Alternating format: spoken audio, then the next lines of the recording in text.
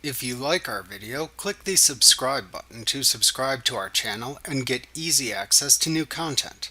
To see our full suite of ad-free video courses and training materials, visit us at teachucomp.com. You can set the default preferences for finance charges assessed in customer statements within the Preferences window in QuickBooks. To do this, select Edit, Preferences from the menu bar to open the Preferences window where you can set the default behaviors of the currently opened company file.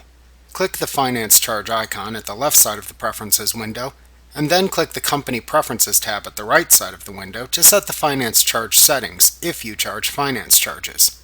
Note that it is not required that you assess finance charges, and you should consult the laws for your district regarding assessment of finance charges before assessing them to customers. In this tab, you can enter the annual interest rate to charge as a percentage into the annual interest rate field. You can then enter a minimum finance charge to apply in the minimum finance charge box. Next, enter the number of days you want to set as the grace period into the grace period days box. Use the Finance Charge Account drop-down to select the account used to track income from finance charges.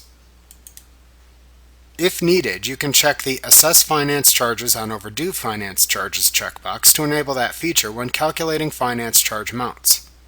Below that, you can then select either the Due Date or the Invoice/Billed Date option button to select the date that should be used when calculating charges.